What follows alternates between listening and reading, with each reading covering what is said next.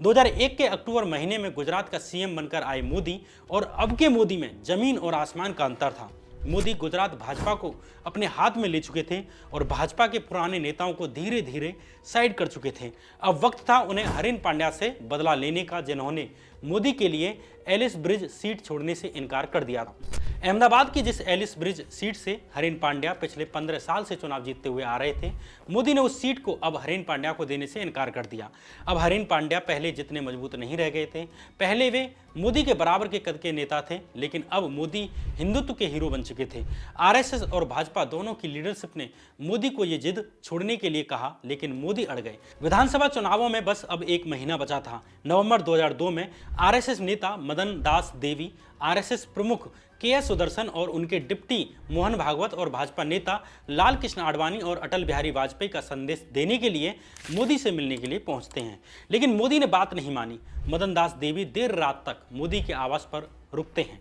कारवां magazine से बातचीत में भाजपा के ही एक नेता ने कहा कि मोदी जानते थे कि मदन दास की बात वे नहीं मान रहे हैं, इसलिए उन्हें अब आरएसएस के हेडक्वार्टर और दिल्ली से कॉल आने लगेंगी। इसलिए रात सुबह के 3 बजे वे शरीर में थकावट का बहाना बनाकर गांधीनगर सिविल हॉस्पिटल में भर्ती हो जाते हैं। भाजपा के इस नेता ने आगे बताया कि इस खबर के मिलते ही हरीन पांड्या हॉस्पिटल पहुंच गए और मोदी से कहा कि कायरों की तरह मत सो, मुझे सीधे मना करने की हिम्मत रखो। आरएसएस और भाजपा के शीर्ष नेतृत्व के दबाव के बावजूद मोदी ने हरीन पांड्या को उनकी सीट नहीं दी। इस तरह मोदी ने 1 साल के भीतर ही गुजरात में अपने सबसे बड़े प्रतिद्वंदी और गृह मंत्री जैसे ताकतवर पद पर रहने वाले हरीन पांड्या का राजनीतिक करियर खत्म कर दिया। 15 दिसंबर 2002 के दिन आए गुजरात विधानसभा चुनावों के परिणामों ने मोदी की गौरव यात्रा पर मुहर लगा दी। गुजरात विधानसभा की 182 सीटों में से भाजपा को 127 सीटें मिलती हैं।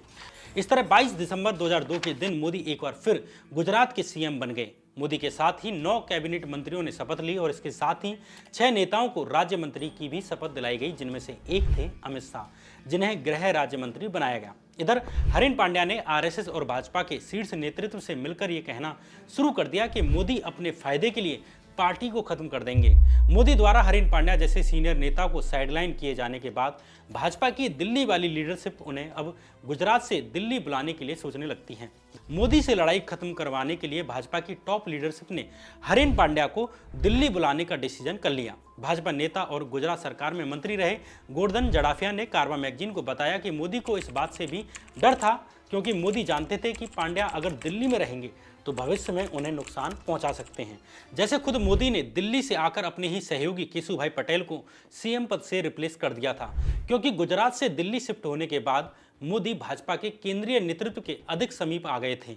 हरीन पांड्या का भी अब दिल्ली जाना तय हो चुका था और 3 महीने के बाद मार्च 2003 में भारतीय जनता पार्टी के राष्ट्रीय अध्यक्ष की तरफ से हरीन पांड्या को दिल्ली शिफ्ट होने के लिए एक फैक्स आता है। हरीन पांड्या को भाजपा का राष्ट्रीय प्रवक्ता और राष्ट्रीय कार्यकारिणी का सदस्य बना दिया गया, लेकिन इसके अगले ही दिन मॉर्निंग वॉक के लिए निकले हरीन पांड्या की सुबह सुबह ही कुछ हमलावरों ने रहस्यमयी ढंग से हत्या कर दी।